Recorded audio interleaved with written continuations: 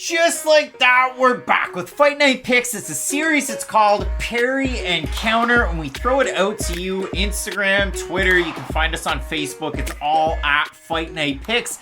This week, the Q&A, we threw it out, and again, it was answered by a friend of the show, JHK MMA. You can now find him on Twitter at KoreanJohn_ and Hyun Ko. And listen, if you look at what he wrote, he said the most skilled fighter with the worst results in the UFC. And if you take that on face value, you could say, well, it could be a fighter that ended up with a really bad record. Like Mark Hunt has a negative pro MMA record, but he was in the mix at heavyweight for a long time. He fought for an interim title. BJ Penn, he had a bad record by the end of it, but he was a two-time UFC champ. Maurice Smith had a negative record, but he was a UFC champ. Randy Couture didn't really have the greatest record, but again, UFC champ. And a lot of those guys who do have kind of poor records, have a ton of fights in the organization. You don't really get to having double-digit fights in the UFC without having some level of success along the way. So hopefully the fighters that we're highlighting here are kind of fighters that at least I had a high opinion of coming into the UFC and definitely did not meet our expectations by the time that they ended their careers. That was it. Like the way that we both kind of took this one, the way that I took it, I know, was, okay, I mentioned this on every single occasion I get the opportunity to. This is the best fighter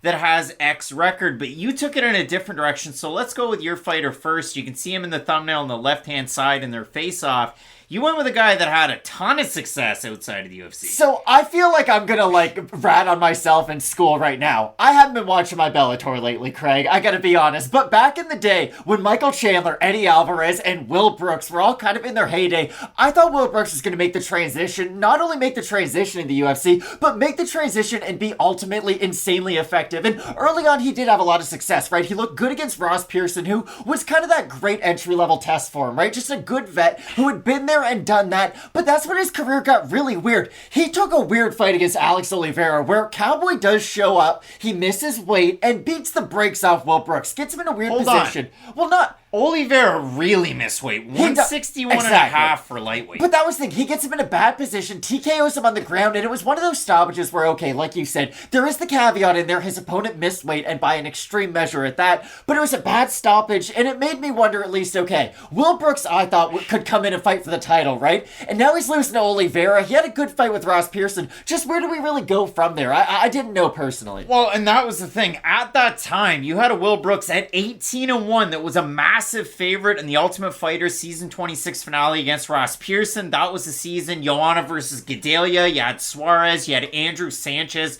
winning the season. But before that, it is Will Brooks going up against Ross Pearson. Wins the first round. Wins the second round.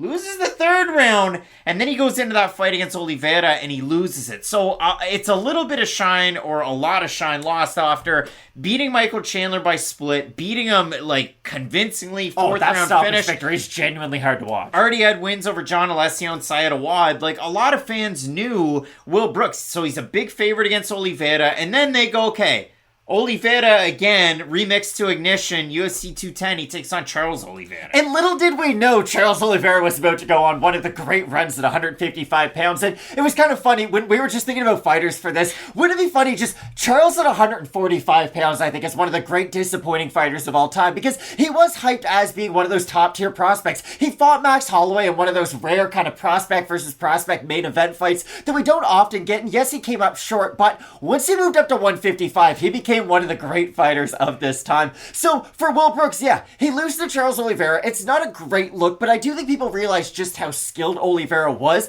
And then Brooks took a little bit of time off, right? That was at the start of the year. He takes time off and he fights Nick Lentz, a guy who also at that point in his career wasn't really winning a lot. It was really one of those do or die performances. And for me, I still had a little bit of stock in Will Brooks, right? Well, everybody did. I mean, he was a massive favorite in that fight. He was, and this is what Will Brooks did. He went for takedowns a lot, because that was the thing about Will Brooks. If you're not familiar with his game, he has great hands, great boxing combinations, but a good wrestling background too, and a very physically strong guy. But against Nick Lentz, he was getting easy takedown, easy takedown, easy takedown, and Nick Lentz did the ultimate kind of trap card, pulled the rug out from under a move, where he just kept on doing the guillotine, but not really getting it, letting Will Brooks continue to make the same mistakes. And then after you lose to Nick Lentz on a 3-fight losing streak, it is kind of wild, going from a Bellator champion to being on a 3-fight losing streak in the UFC almost immediately. apparently. Will Brooks signed, so they said. It was announced everywhere. It was a 6-fight contract. He was released after 4 of them. It was 3 straight losses, 3 of them by finish. And again, that Nick Lentz fight busts up Nick Lentz on the feet. He's switching stances, 1-2, 1-2 from orthodox and southpaw.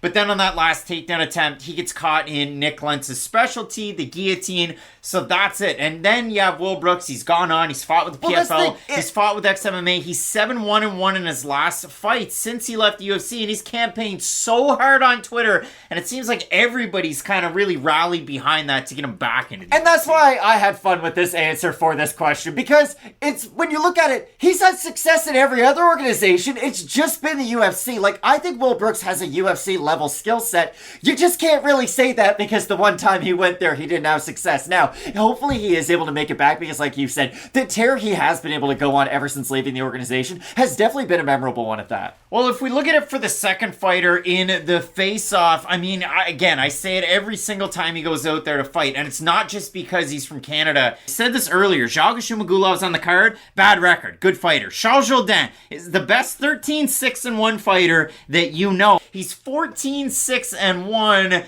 but then to take the shine off, he's 5-5-1 in the UFC, and it's been a really weird run since he came in. He comes in on short notice at 155 pounds, taking on the hometown guy in Desmond Green, and he gets out wrestled in his UFC debut. So you see a striker get out wrestled, a little bit of shine comes off of him there. He then goes on and takes on Doo Ho Choi in Doo Ho Choi's hometown of Busan, South Korea, and he knocks him out. Now all of a sudden, you're all that. And it really has come down to some close fights, some fights where he was winning and then goes on to lose it, like his fight against Andre Fili, wins the first round with a knockdown, and then he gets out wrestled as that one goes on. He takes on Joshua Kulibao, he gets dropped, who would have thought that was going to happen, and so on and so forth. Even the Julian Erosa fight drops him with a right hand in the second round, but then he ends up getting submitted in the third. It's just been a lot of ups, a lot of downs, and it seems to come down to almost like a game planning thing. To me, Charles Jourdain at this point, does he have the offensive wrestling? Not so much, but he has the submission abilities,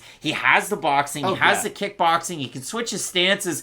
I look at a guy like Charles Jourdain, and we've said it forever, like at a Gilbert Burns level. If he brings everything together, this guy is at least a top 15 contender. It's just he's got to bring everything together. And with a lot of the other fighters that we talked about earlier on in the video who don't have the greatest records overall, yes, a lot of those guys reach the top of the sport, but think about a fighter like Matt Brown, right? Like Matt Brown, yes, went on a good run at one point in his career, but for the most part, it's just been extremely exciting for the better part of 2 decades. And Charles Jourdain kind of has that going for him, right? Like you could see him going on a run where, yes, maybe he gets 4 or 5 wins in a row, he might get 3 stoppages in there, but for the most part, he is just kind of like a roulette table, right? A fight of the night kind of roulette table, because he's going to lose to guys who are extremely skilled, who can kind of out-skill, out-finesse him, but if you go in there trying to brawl with Charles Jourdain playing his game, oh my goodness, he is good at this game. It'll be interesting to see where his career progresses, because when he's kind of taking on those upper echelon guys, Shane Burgos, he outstrikes Shane Burgos, but gets out-wrestled. When he took on Nathaniel Wood, it was a chess match on the outside. Wood was able to get the volume numbers out there,